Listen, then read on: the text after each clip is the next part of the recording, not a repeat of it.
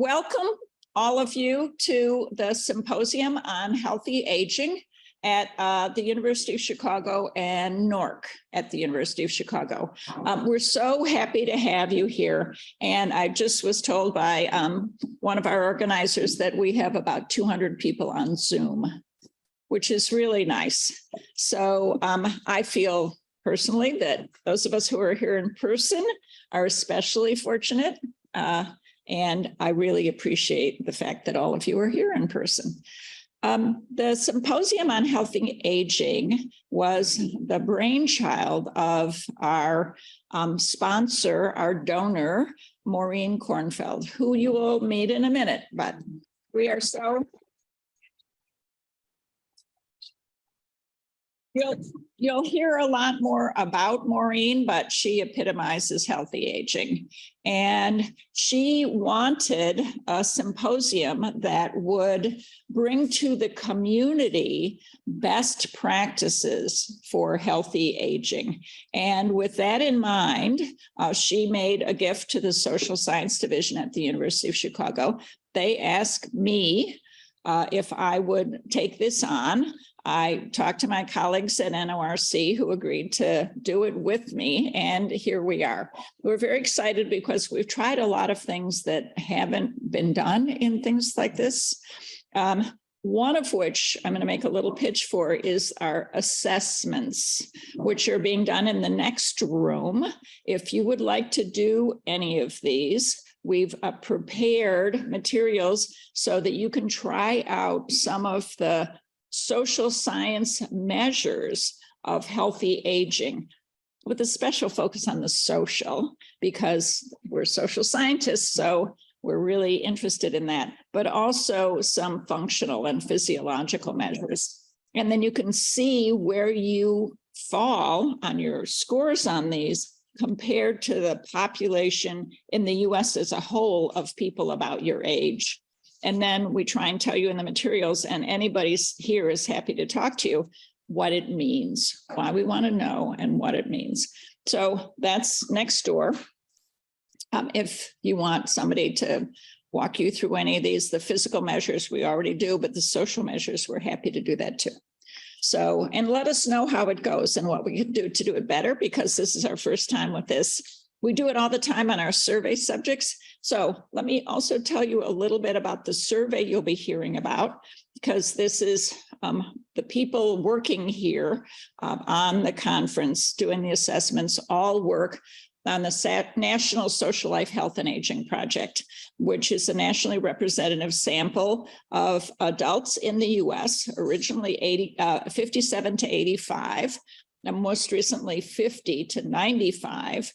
And the connection between the social world and other components of health, because I'm thinking now of the social functioning as a component, and a very important component of health. We've been interviewing a nationally representative sample of the US population since 2005. We're in the field re-interviewing those people now. The data are publicly available. If any of you want to do analyses on the data there's a downloadable data set you can play with.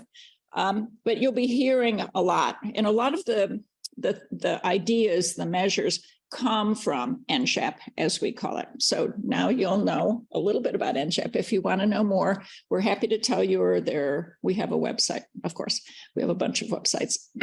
So please, questions anytime. This is the University of Chicago, so we love to talk about things. And then I'm going to introduce Cheryl Simmons, who will tell you about herself.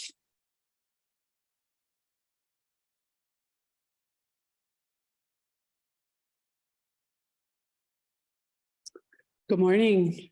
Can everybody hear me okay? I'm not used to I'm used to teaching a large group of people, no mic. So anyway, it's so lovely to see all of you. We've been looking forward to this for quite some time, and we have a really great day planned for you. One thing I want to add that's not in the schedule is I will be leading a stretching session. at the end of lunch here in this room. So if you're interested in doing a little bit of movement, which is what I do a lot of, then please feel free. Make sure you're back in here towards the end of the lunch break, okay? So I first just want to thank Maurine for initiating this Healthy Aging Symposium and for backing it. I've known her for a long time. I think that when I think about this event, to me, it's been like literally 100 years in the making, because this event really epitomizes who Maurine is. Like I said, I've spent a lot of time with her. I've coached her in swimming. I have taught her water aerobics class. I've shared many meals with her. We've traveled together, and she impresses me all the time. She eats healthy. I've been with her. She does. I've watched her do it. She sees her physicians regularly. She is a competitive swimmer, and she will act like she doesn't care, but she really, truly does. She's very modest. She won't tell you how wonderful she is, but she is wonderful. Perhaps more important than the competitive swimming is the fact that she absolutely loves to play in the water. I've been in the pool with her during rec swim, and I have witnessed her watching people walk by and literally holding their hands and saying, "Wee, we're having fun." And she enjoys it so much. She's a charmer. Sorry, Mo, I know you're modest and you don't like all this bragging, but trust me, she's amazing. She doesn't meet a stranger. Every person that she meets, she will greet them and she will encourage them and tell them what a great job they're doing, whether it's carrying luggage or opening the door. She is just so positive with everyone that she meets. She graduated here in social work, and she is retired, but not really. She still practices social work. Her friends come to visit her. She has a lovely front patio, and people come, and then during the pandemic, they sat with her and visited. And you might think, oh, they were being so nice to visit Mo, but in actuality, she was giving to them. People try to ask her questions, and she will quickly change the subject to how are you doing, and how is your spouse, and how are your children. And when anything comes up like it may be a problem, she will offer suggestions as a good social worker will do. So she is still practicing that which makes her extremely happy. So when I say that this event really does epitomize her, it's because Maurine has captured what we all want, a high quality of life in our later years, and she wants to share it with you. And that's really what this event is all about. So with no further ado, here we have Maurine. Come on up.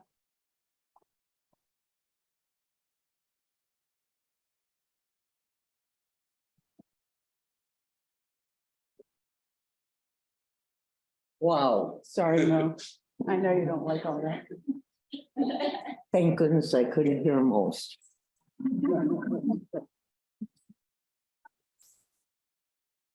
Good morning, everyone. Good morning, everyone, and thank you all for coming. Don't believe everything or anything much that Cheryl says. We pay her well to say all kinds of stuff. However, now that you're here, again, welcome. And I'm not going to talk about health or swimming, but I am going to talk about the University of Chicago. It was about 80 plus years that I first entered the University of Chicago as a transfer student from Montana. The university was always looking for a student from every state, and I think that's how I got admitted as a transfer student. I had to a small Catholic kind of community college in Great Falls, where I grew up. This was during the Depression, so it didn't matter where you wanted to go to school. There was no money, even for those of us who were going to work our way through college. So, but after 2 years, I transferred to Chicago. I didn't know much about the University of Chicago, which is probably an overstatement. I knew practically nothing. My knowledge came from the Chicago Roundtable, which was broadcast every Sunday at 10 a.m. from Chicago, and it featured the then president of Chicago, Robert Hutchins, and members of the faculty. And they talked about very erudite matters and mentioned the fact that about students, and they taught and so forth. And I was mightily impressed by that. And at this college, I had met a couple people who talked to me about social work. Never heard of it, didn't know what it was, but it beat the idea of nursing or teaching. So on that basis, I applied to the university and was accepted. Well, when I arrived at Chicago, I was met by acquaintances of my parents who were concerned that otherwise it might be somebody from the Al Capone gang that reigned supreme. Came to the campus, love at first sight, never had seen Gothic before, and there we were, the city gray. The campus at that time went all the way from 57th to 59th Street, from Ellis, where the hospitals were, and it drifted down toward Inhouse. I was taken to Cobb Hall to register. The woman at the front desk looked at my credentials and said, you'll have to talk to Miss Abbott. Had no idea who Miss Abbott was, but was escorted into a room, large room with one of the big tables that are characteristic of the university. And at the far end was this woman dressed in black all the way to the floor with her gray hair piled upon her top of her head, the way women wore their hair before they had it bobbed. She looked over my material and said, and kind of wasn't sure, and signed me up for some courses. And I said, well, I heard that the president taught a class and I thought I'd like to take it. She took a deep breath and said, I don't know anything about that. And her expression suggested she never did want to. So I signed up for classes. But the university was truly unique in those days. Social life, should we say, was somewhat lacking. There were women's clubs with Greek names, and there was a few fraternities, and of course they were known as the Greeks. But the only Greek you ever heard about on the campus was Aristotle.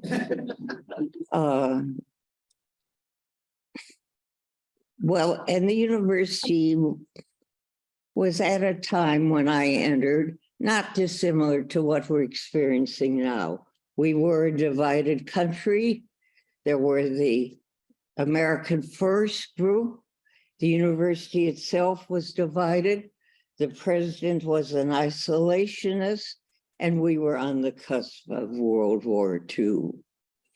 There was much tension all over about what would happen next, and we all know what did. There were two other things that had their impact at the university at that time. we were still smarting from the Walgreen investigations. You know Charles Walgreen, the drugstore magnate, had a niece at the University of Chicago, and he withdrew her after 2 years. But because she had told him all the tales about the university, about its communist leanings, and free love. The legislature investigated the university, and one of the most important addresses of President Hutchins was on academic freedom.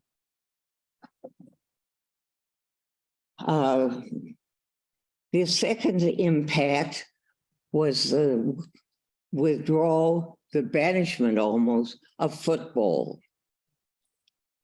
We still sang the song, Wave the Flag for Old Chicago, but with new lyrics and not very much gusto.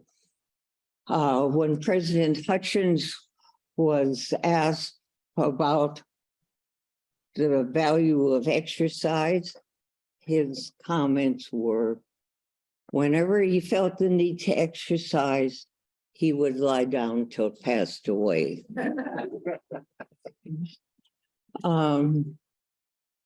As I said, as a financial aid, that's what is an important issue. We now have the wonderful Odyssey scholarships.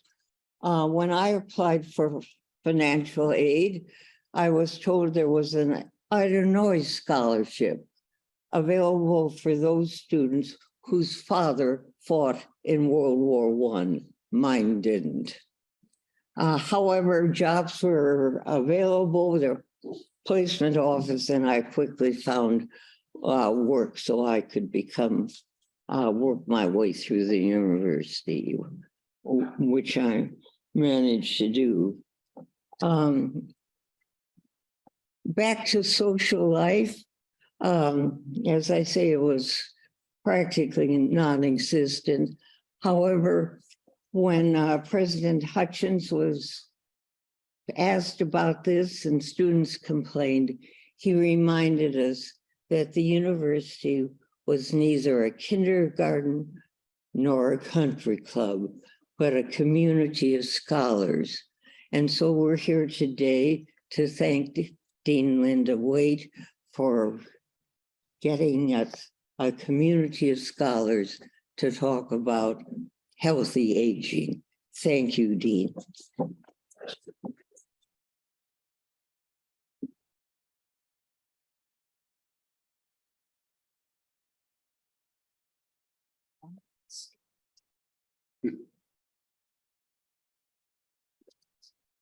So we're starting now with our first of two keynote speeches. This is given by William Dale, and you can read about him in the biography. I'm not going to go through any of that. I'm going to tell you, like Cheryl did, about how I know William and how I value his friendship and his contributions. So I first got to know William when he was a graduate student. I think he might have already finished medical school, but I was running a training program and he applied for support because he didn't have enough to do a PhD in public policy. So we offered him support to do that. And so it's another 4 years of training, right? So in between, maybe it was at the end of medical school, he got a PhD in public policy. Then he went away and did a residency and then came back and was when he got involved with NCHAP, heading the Department of Geriatric Medicine here. He became an NCHAP investigator and led our effort, which turned out to be so incredibly important, to take a clinical neurological assessment and make it and transform it so it could be given to a nationally representative survey to thousands of people and be hopefully pretty much as good as something done in a clinic by a neurologist. And we did that, and it's been wonderful. So William has been working on cognition. He eventually left the university. I still miss him a lot. He's still involved with NSHAP and went to the City of Hope, where he became the director of a large department of supportive medicine. I also point out to those of you who know, William is triple boarded, which means he has medical boards in 3 separate areas, which is pretty impressive, plus the PhD. We're also, for about the last 10 years, William and I have been working on a book together, but we're working on it. We're both busy and we're sort of perfectionists, but we have a completed manuscript. It's out with a publisher, and it uses the NSHAP data to say how basically we've been thinking about medical care all the wrong way. But I'll let William tell you more about that. We're delighted to have him here.